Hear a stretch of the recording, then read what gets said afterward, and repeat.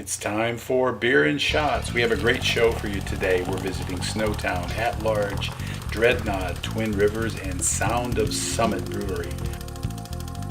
Episode 2 recorded Saturday, February 20th, 2016, Washington Beer Open House. Let's go drink some beer. Notice every place that we've been to has had live music. That's something you obviously have here. Yes, and it fits into our theme. I like Snotown. Frank's a drummer, so his tap handles are drumsticks, and he put together, I believe, if he still does that. But us, Dreadnought is a guitar. I've been playing guitar since I was 9. I'm a guitar player too, so I know that I used to have a Martin D, with Dreadnought, the classic of all Dreadnoughts. Right. So our whole logo is a guitar filled with beer. And that's where we came up with, did a lot of searching for names, and it was very hard to find a name. But I've been playing guitar since I was 9. I have a couple. We do that, and then. And you played? You get a chance to go on stage? Yeah, I played last night. So is the brewery just an excuse to have a place to play? Well, sometimes it's an awfully expensive place to have just a part to play. Yeah, exactly. Plus, we get to make beer. But beer is kind of the same way as music. It's you can come at music 2 different ways. You can come at music as a technician, right? Who's all about key signatures and timings, scales and scales and arpeggios and all that. Or you can come at it as like Hendrix did, from your ear, and then really learn to understand his guitar. Because like he said one time, the only difference between a note in scale and out of scale is a half step. So bend it until it bleeds. Nice. I get that. From a contest we did. He's a very talented brewer, but when we stepped up his recipe to 7 barrels from 5 gallons, it's phenomenally different, right? And we have no fear. There you go. Went ahead and we just did it. You remain calm and brew on, right? Yeah. And it just it didn't come out quite the way we thought it would. So we blended it with some other beer, and then we aged it again on some oak and some 12-year Scotch. And then we did some things till we came out with this porter that actually came out pretty well. It wasn't at all the beer that we had started with, but we came out with a really good beer that's actually sold very well. Use another musical metaphor, fix it in the mix, right? Yes, fix it in the mix, yes. Too bad we don't have Pro Tools for beer. Nice. All these pictures you see on here were taken by a naval photographer who's a friend of her husband. John Hill, I think is what the name on there is. And he started off by just taking pictures at concerts on his phone, and the band started liking it, so they actually invited him to come take pictures. That's really. But so he's like, you guys really need some art to back up your theme. So that's how everything we have in here is kind of a collaboration of all the people who put this thing together. If I grew up in the 80s here, and I grew up in Port Orchard. Play your banjos now. And it's very interesting because I grew up in the time when the Seattle scene was coming up. When Soundgarden and Love Bone and Alice in Chains. Mike Starr was dating some girls at my high school, and they. So we grew up with that. Right. And it really struck me when I joined the Army and I went away, and everyone called it all grunge, and I'm like, those bands are nowhere near the same. Listen to them all side by side; they don't sound the same, but they're like, oh, that's all grunge. We tend to want to put stuff in boxes, don't we? Right. So I was like, it's the same way with beer, music, and art. I try not to confine myself to a style, but that means that I may not win a lot of awards. But that's cool, because my job isn't to win awards, right? My job is to make good beer so that people appreciate it. Yeah. And really, my job is also to have fun while making it. There you go. Because if I'm not enjoying this, you're not going to enjoy it. And so we try to have a lot of fun around here. We play a lot of music. We do a lot of charity stuff, because I find charity stuff fun. Good for you. Thank you. Volunteering for people. And the tap room's fun. I mean, that's right. That's why you'll find me here most nights. So come in. We have live music every Friday and most Saturdays. We do have LPs when we're not doing live music, so we like people to bring in their vinyl and kind of jam out with us. We have beer. We're always kind of changing our beers because we are small and we have that flexibility to do so. So we have a lot of beers right now in the what I call my middle beers. They're not my beers I brew all the time. That will be gone in a couple kegs, and the next ones will come out, and you probably won't see those again for another year.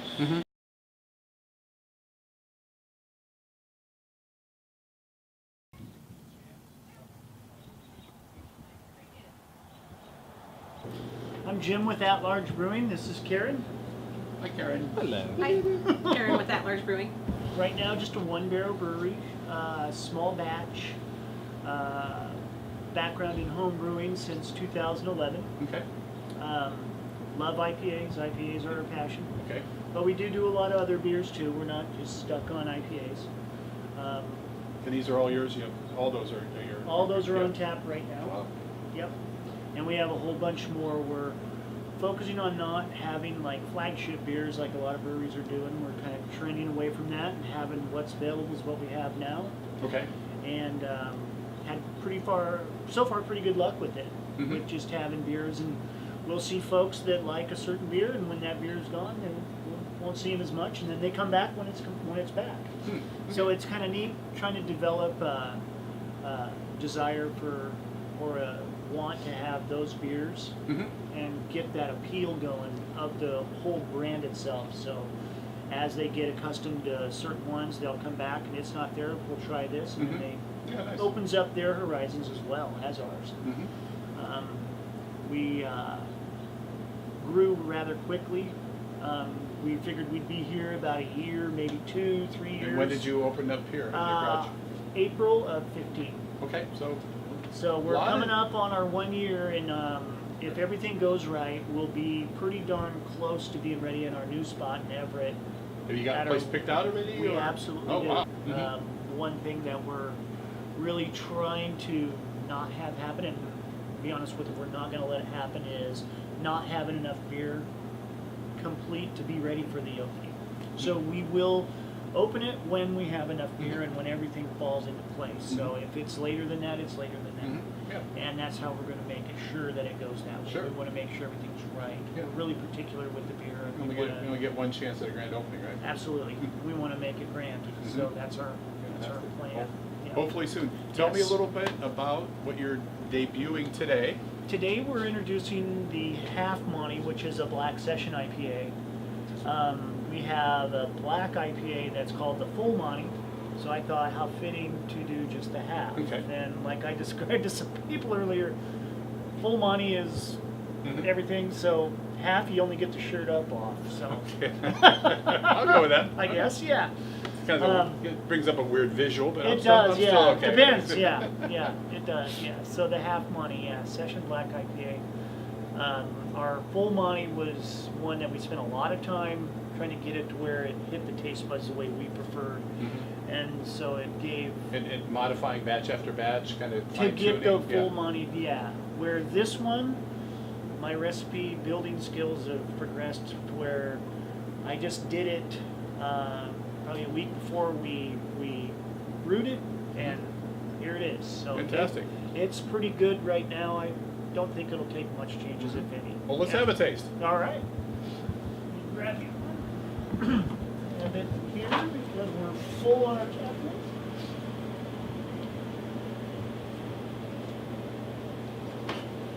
There's the half. Fantastic. And cheers and cheers.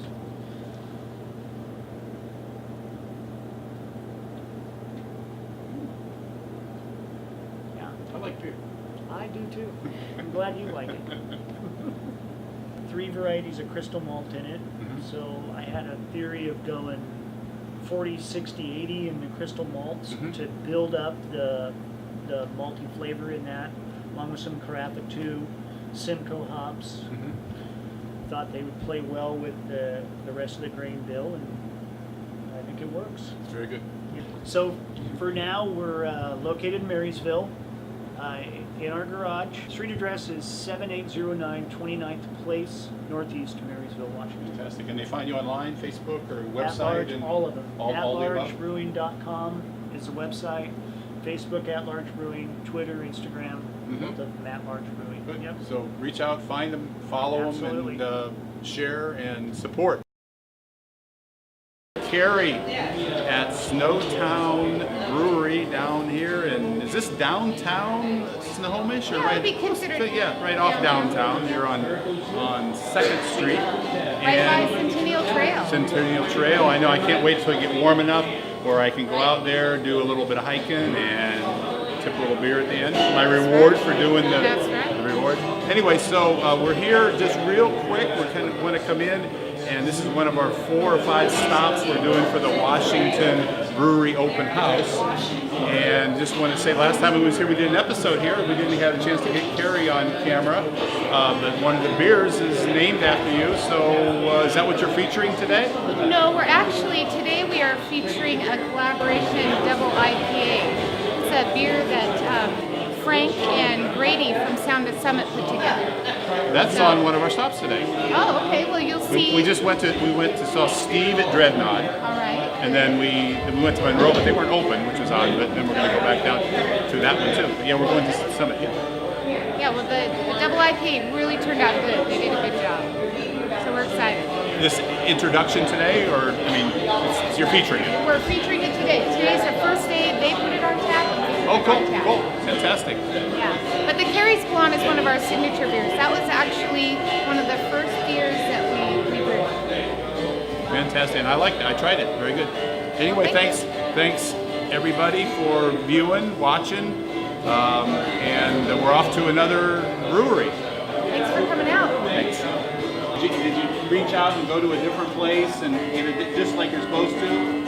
Extra brewery, good stuff. All right. This is his first time, so yes.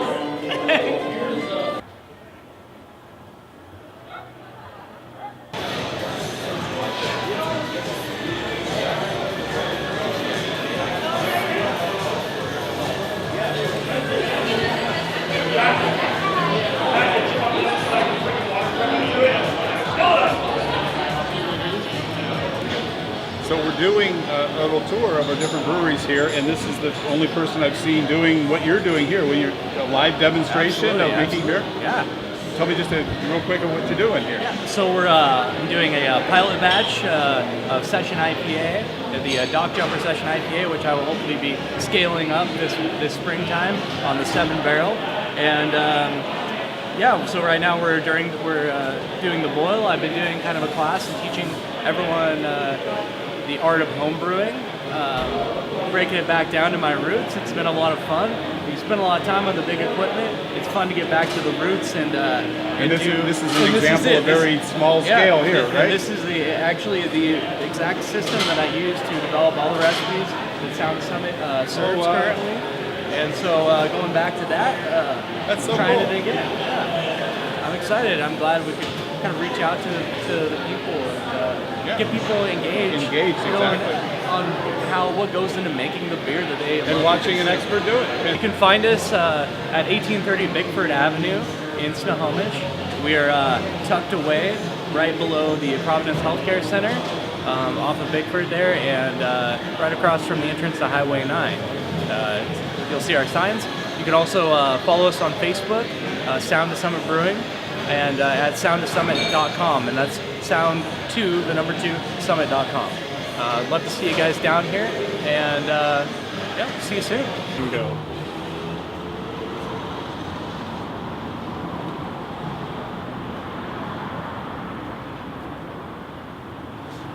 No, I'm Chef Adam Huffman. I bought the place 5 years ago. The brewery, Twin Rivers Brewing Company, has been here since about '92. Wow. And the previous owner had bought all the equipment. It was actually built here locally through the prison, believe it or not. So this was all kind of a work release program. So it's got a wonderful history. Nice. We've doubled the production, got another fermenter, and focus on more of a sessioning style beer. So we have our, our dry hopped IPA. We do a Northwest Pale, Nitro Stout, Nut Brown Ale, Blonde Ale. Is kind of a staples. And we just released a new red ale.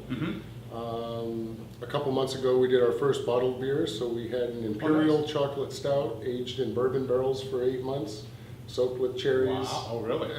Yeah, so that's a specialty beer. And what's the name of that one? Well, we called it the Woolly Bugger. Okay. Because the Twin Rivers brewery logo, my friend designed as a dry fly for fly fishing, because I'm a fly fisherman. And nice. that's the mural mural here. we just got. Nice. And it's actually an Adams fly, which was funny. He asked me which one it was, and I said, that's funny. You named put in Adams fly. Yeah, I get it. But what we do is throughout the year, we'll also run a lot of seasonal beers. We'll, an Oktoberfest right now, or Marzan. We just finished brewing a Saison, so right as the spring hits, we'll have that release. Takes about a month and a half by the time we brew, the conditioning, etc. by the time it goes on there. Plus, we like to let them age a little bit. Sure. So it was just the restaurant and the brewery. And we remodeled it and, drywalled it all up and sanitized, got it all more organized for us. And the first thing I did was light this place up. I wanted everyone in Monroe to know there was a brewery. Yeah, because It it was was kind of hidden. when you first exposed to it, it was like all dark and everything. So It just you know, seemed like it was hidden. Yeah. And I said, shoot, we got this fun toy I want everyone to see. And about a year after business, we expanded. We were able to acquire the next spot over. So the first thing I did is put windows in because people love to see the brewery. Sure. I feel like a monkey in a cage sometimes when I'm working and they're watching. No, it's fun. Yeah. And next door is the main dining room. So the same menu, same beer, same wine, same liquors and spirits. It just depends on the mood or the atmosphere you're looking for. And the dining room has a lot of antiques. You can see I've collected a lot of that. That's very nice. I know. And some people go next door and have dinner. And Come back over here, have a beer, and listen to live music, which will start at 8 o'clock tonight. And Well, thanks for seeing me. I kind of popped in, and I noticed that you got your online over there with the, I'm sure you're busy, so I want to let you get back to that. No, I really appreciate it. want to thank you for, for talking to us on this somewhat of a special day, the camaraderie of the Washington breweries and the open that's house. wonderful. And, I appreciate it all coming out. That's great. Okay, thank you very much. I appreciate Thanks, it. Jeff. Really You to got have it. that rich, kind of a little bit nutty flavors Yeah, into it. it's very nice. Yeah. It's, to me, I think the nut brown is like an easy drinker. It goes with just about anything. So if you're not quite sure what you feel like, it's a good cross between the darks and the lights. I think it pairs well with any type of food. So Yeah, I love it. usually prefer a nut brown. I picked the right one. Yes, for me you right now. did. Thank you.